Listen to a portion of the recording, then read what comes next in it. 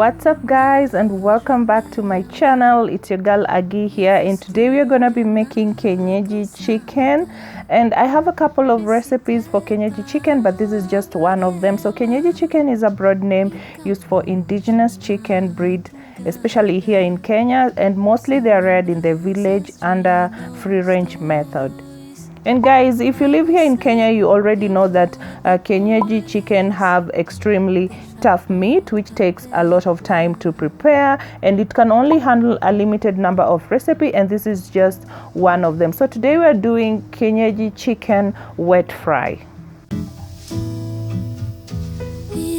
So this is the chicken that we're going to be using for preparing our Kienyeji chicken wet fry, and this is a full chicken with all the parts of a chicken, guys. I think apart from the head. So this is a full chicken. So I already washed the chicken very well, and the first thing we are going to do is to marinate this chicken.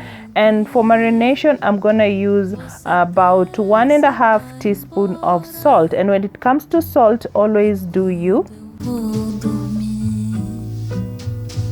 I'm also going to add in about 1 tablespoon of chicken masala,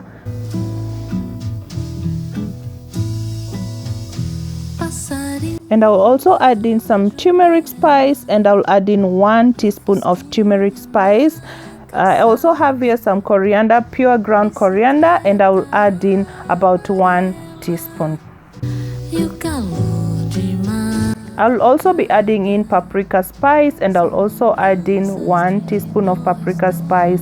I also have the mixed herbs, and I will do about 1 teaspoon of the mixed herbs.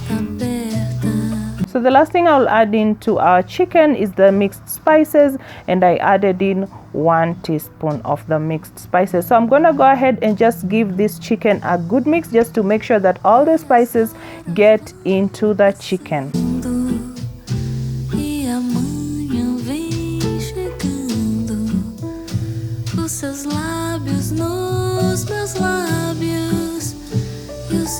So after mixing the chicken with the spice, I'm gonna cover this, and then I'll put it in the fridge, and we're gonna let this rest for 1 hour. You can always marinate your chicken overnight, but if you don't have time, 30 minutes to 1 hour should be good. So guys, after 1 hour, you're gonna take a clean pot, place it on fire, and then you're going to add in your marinated chicken.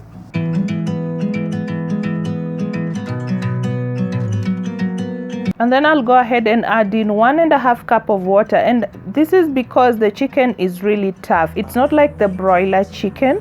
It's very tough, and it needs a lot of time to cook. So we're gonna cook this chicken for, let's say, 1 hour. 1 hour should be enough, and this will also depend on how tough your chicken is. If you test your chicken and it's still tough, you're gonna give it some more time. So guys, after an hour, or when your chicken is nicely cooked, you can see our chicken is now ready and all the water is drained. I'm gonna take a clean pot, and I'm gonna add in some cooking oil. You can add in 4 tablespoons of cooking oil. I think 4 tablespoons should be enough. And then I added in 2 medium onions. So we're just gonna fry the onions until they're nice and brown. Just make sure they're nice and brown, because when you fry the onions until they're nice and brown, they tend to have like this really amazing aroma from the onions. It really smells so good. So as you guys can see, our onions are really nice and brown now. The next thing we're going to add into the onions is garlic and ginger paste. So I'm gonna add in 1 tablespoon of garlic and ginger paste. So after adding the garlic and ginger paste, we're gonna cook the onions with the garlic for about 1 minute. I think 1 minute should be okay, or until they are, like translucent.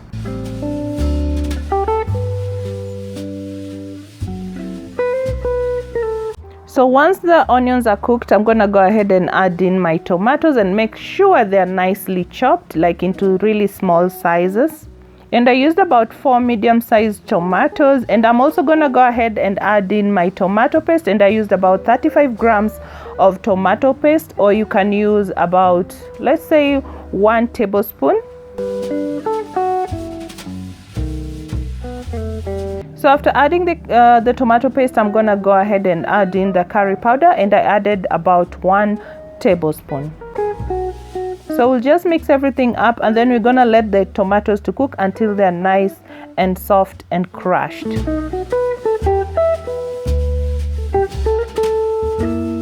And also, if you want to speed up the tomatoes cooking time, you can just cover this, reduce the heat, and let this cook for about 5 to 7 minutes.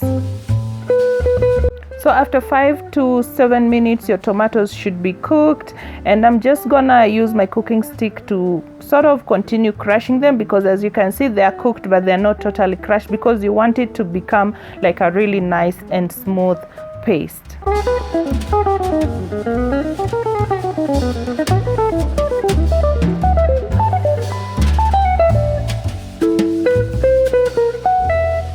So once your tomatoes are nicely cooked and crushed, you're gonna go ahead and add in your 1 green bell pepper, nicely chopped, you know, or diced or whatever, but you're gonna add in at least 1 whole hoho. And then you're just going to give it a good mix. So we're gonna let the tomatoes and the bell pepper to cook for about a minute, and then you're gonna go ahead and add in your chicken. So after adding in your chicken, you're going to mix up everything until it's nicely combined. And remember, at this point, if you're into spicy food, you can always add pepper, chili flakes, whatever works for you. As for me, I'm not into spicy food, so I'm not gonna add that. And then we're just going to cover this and let it cook for something like 2 minutes. So after 2 minutes, I think your chicken should be ready. We're going to take off the lid, and as you can see, the chicken looks amazing. And at this point, you can taste. If it doesn't have enough salt, you can add in a little bit more salt, because remember, we boiled the chicken with some salt, and that is why I didn't think I would add in some salt. But at this point, you can taste, and if it doesn't have enough salt, kindly just go ahead and add in your salt and just give your food a good mix. So proud. So after adding salt and giving it a good mix, you're going to cover this and let it cook for another 2 minutes on low heat.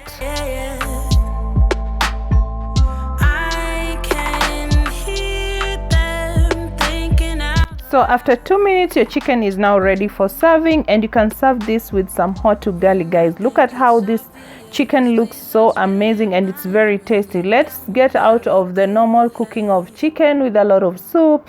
Sometimes you just want to have and enjoy some wet fried chicken, and I want you to know that this recipe is gonna be very amazing for you guys. I'd love you guys to try it out, and kindly let me know in the comment section if you tried it out and how it came out. I really love when guys try out my recipes.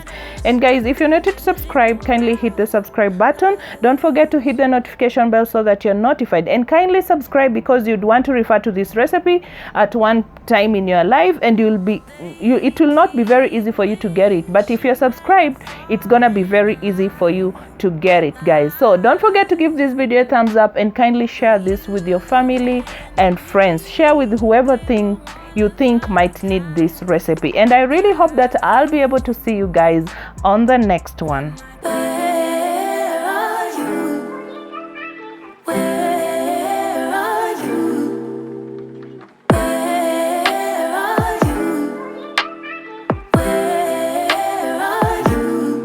It's the end of the weekend, but I still wanna turn up.